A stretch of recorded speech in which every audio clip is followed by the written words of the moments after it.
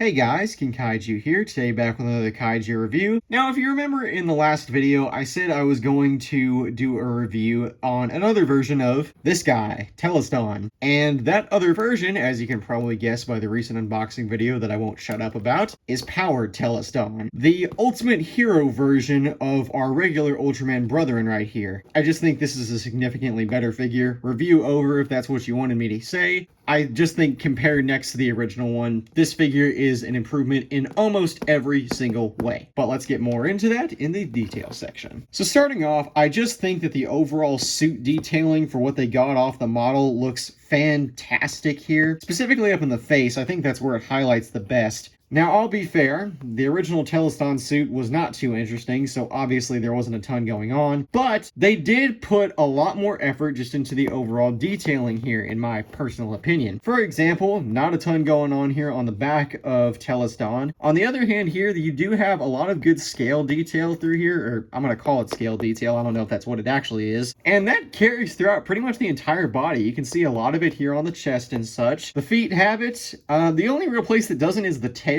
It's very sparse here compared to the other places. But other than that, this Teledon is detailed a lot nicer than the first one. And bringing it back in, once again, I'm sure there's going to be plenty more times where I do this. The only thing that I really can give this guy in terms of paint over is the fact that he does have a lot better shading throughout him. There's a nice little contrast of darker browns throughout him that look like he's under some shadow or something. This guy doesn't really have that, but he does fight back against that point with a humongous amount of silver that was added to him. They just globbed this motherfucker in silver, and that's perfectly fine. I don't think the original suit had that, but I do like that Bandai added it because in my opinion it makes the overall monster look a lot cooler. And finally, let's bring him in again, the pose. If you did not watch the first review, for one thing, go and watch it, get me more views in the algorithm, whatever. But also my main point in that video was this figure is very boring just mainly because of how he's posed.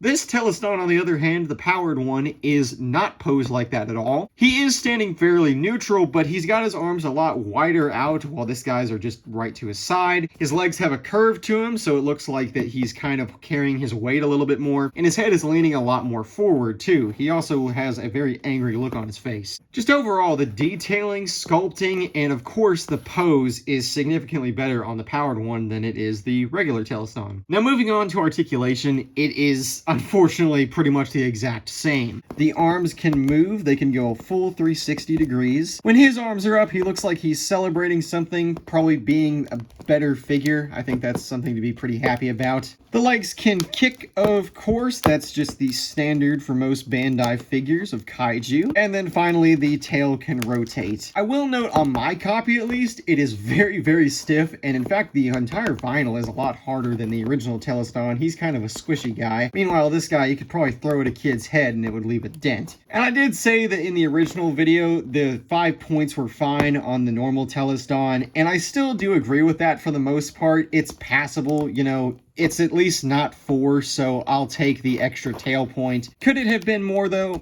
Absolutely. And pushing him off to the side, let's do sizing now. And of course, I'm going to start off with the original Teledon, duh. And one more thing that I think I can give this figure over this one, very literally, is that the original Teledon is taller. I would have liked it if they had used his exact pose, exact sculpt, whatnot, but just made him just like the littlest bit taller than his original counterpart. You know, he's not really going to be looking down at like Godzilla or anything like that. He's just kind of looking angrily at the ground. To push that point home, here is Gyarados, the other last review I did before Jet Jaguar, and he's looking pretty angrily at Gyarados. It looks like Gyarados didn't do something very right in Power Teledon's eyes. But, you know, just goes to show that this is a tiny figure, this is a bigger one. I don't know why you would have these two in any sort of fight with each other. It's a very random matchup, but hell, you know, let your imagination wander, I guess. And finally, just because I really like pulling this goddamn thing out, it is the YMSF Methuselah. These are two great examples of figures that have wonderful poses, by the way. These are both very neutral monsters. They aren't doing anything too crazy with their pose, but they just look so much more visually interesting, in my opinion. They've just got so much more going on with how they're stanced that they just look a lot more interesting on your shelf, and they look like something you would actually kind of want to play with.